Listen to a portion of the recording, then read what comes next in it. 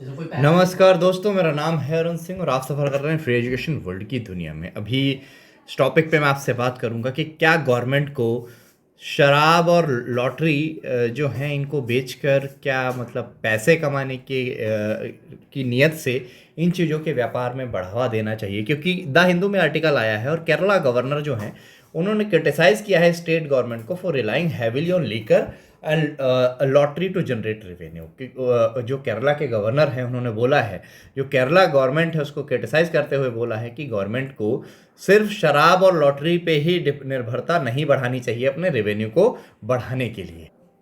Should the government sell sin goods, क्या जो नुकसान पहुंचाने वाली चीज़ें हैं गवर्नमेंट को सिर्फ उन्हीं को बेचना चाहिए या उनको बेचना चाहिए? आंसर तो आता है नो। लेकिन the role of the state is to provide public goods, the consumption of sin good is instead of linked with public bad.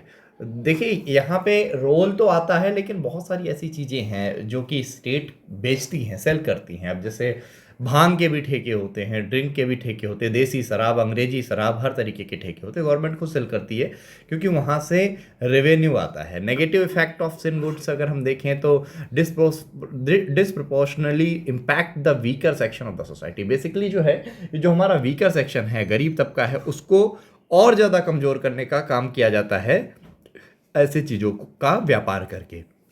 Public health concern भी है एक तरीके का ये, क्योंकि अल्कोहल वगैरह अगर ज़्यादा से ज़्यादा बिकेगा तो उससे पब्लिक हेल्थ डैमेज होगी किसी भी स्टेट की, ज़्यादा लोग बीमार पड़ेंगे। Revenue maximizing objective it takes precedence over the public interest. Actually क्या है, रेवेन्यू कई चीज़ों से आता है सरकार का, लेकिन अब देखा जाए तो अल्कोहल से रेवेन्यू बहुत ज़्यादा आता है, तो बहुत हद तक दूसरी चीज़ें इग्नोर कर दी जाती हैं प्रॉफिट के लिए, क्योंकि प्रॉफिट सबसे ज़्यादा लीकर से आ रहा था, लीकर को ही बढ़ाते रहते हैं।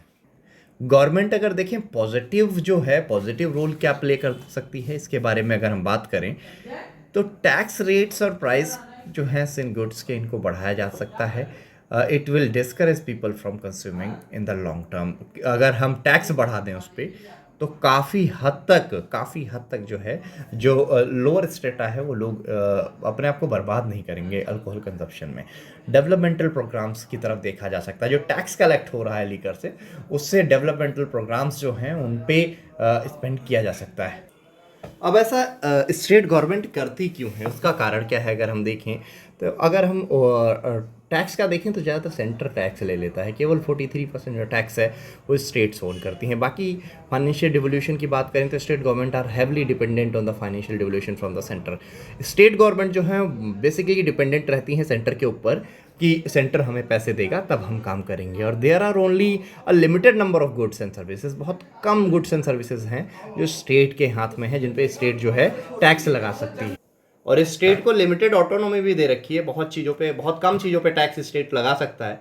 इसलिए स्टेट जो है वो ड्रिंक पे, अल्कोहल वगैरह पे ज़्यादा टैक्स लगाकर उसको एज अ बेनिफिट देखते हैं, पेट्रोलियम और अल्कोहल पे टैक्स लगा के।